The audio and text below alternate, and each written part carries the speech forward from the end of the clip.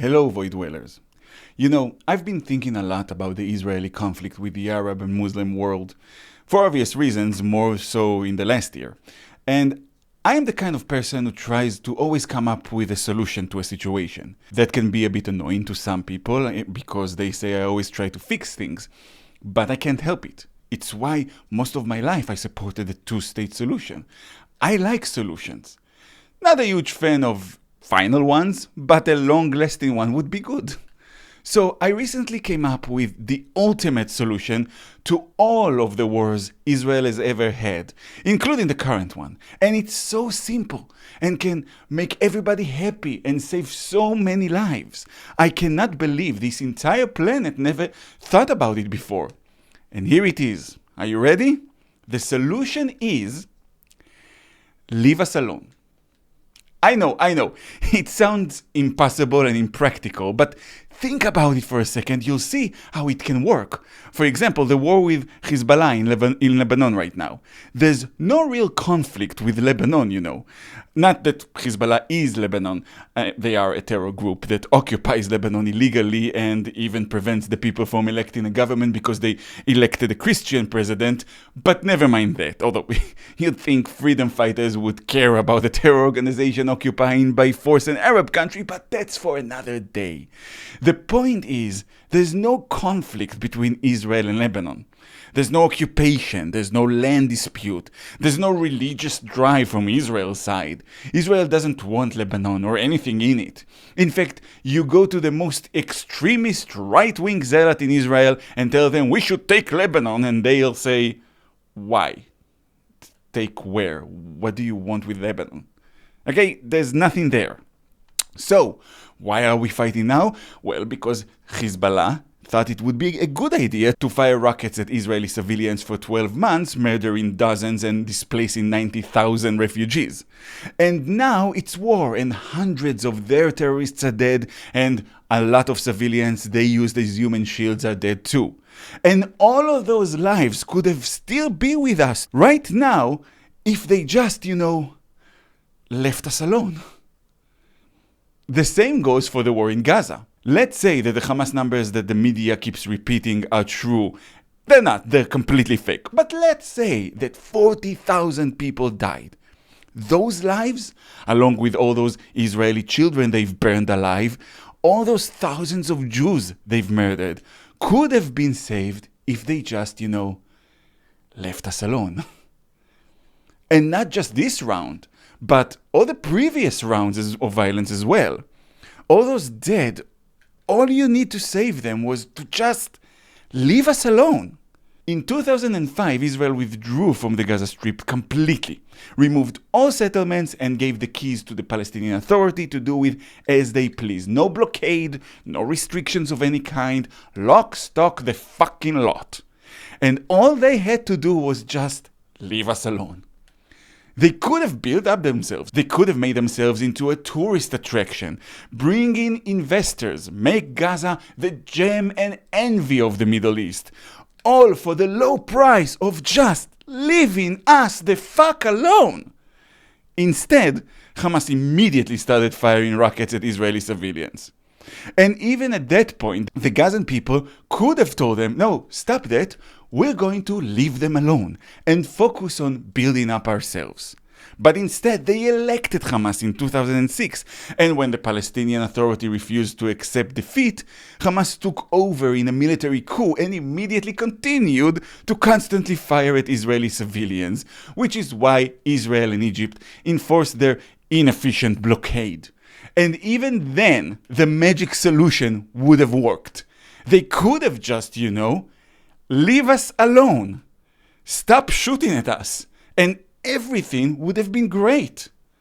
And if we go back, this solution could have worked throughout the history of the conflict. For example, in 1929, there was a huge 7th of October style riot in which Arab rioters raped, tortured and butchered dozens or hundreds of Jewish men, women and children. Yeah, if you ever heard them say it didn't start on the 7th of October, they are not wrong. It wasn't the first atrocity committed against us.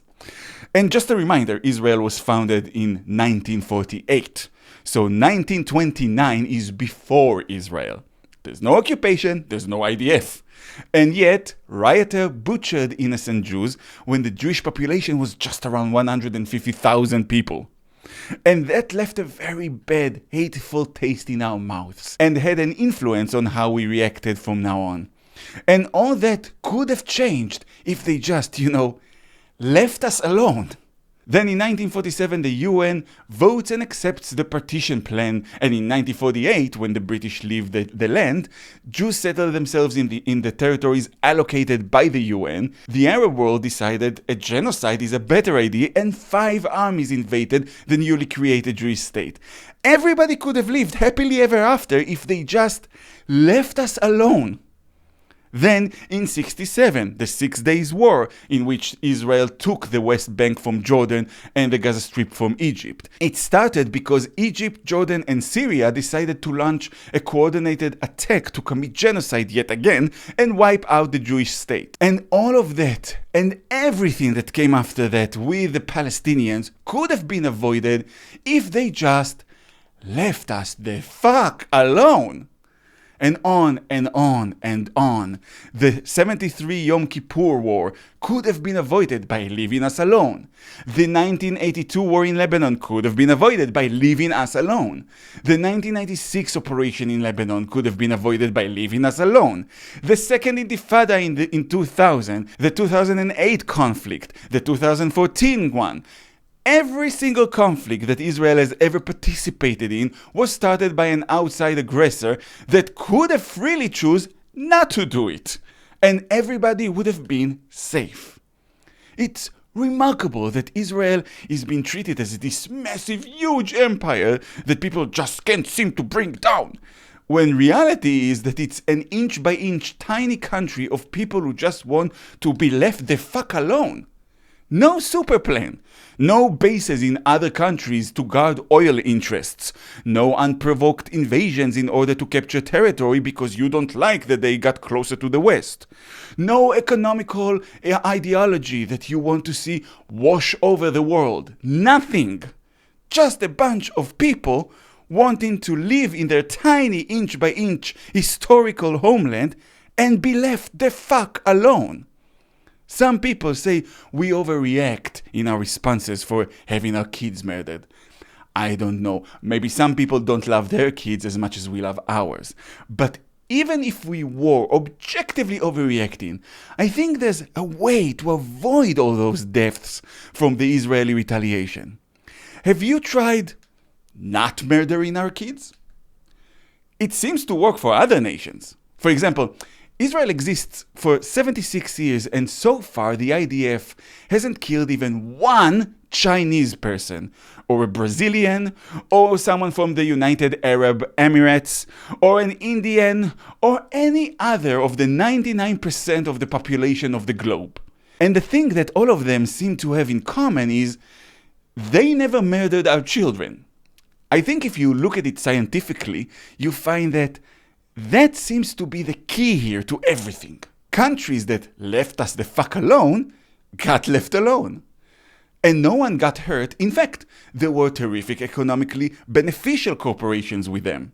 After all, Jews are just 0.2% of the world population, but over 22% of the Nobel Prize winners.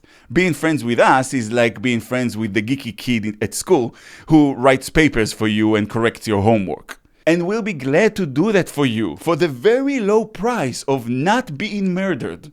Just leave us the fuck alone. That's it. That's the trick.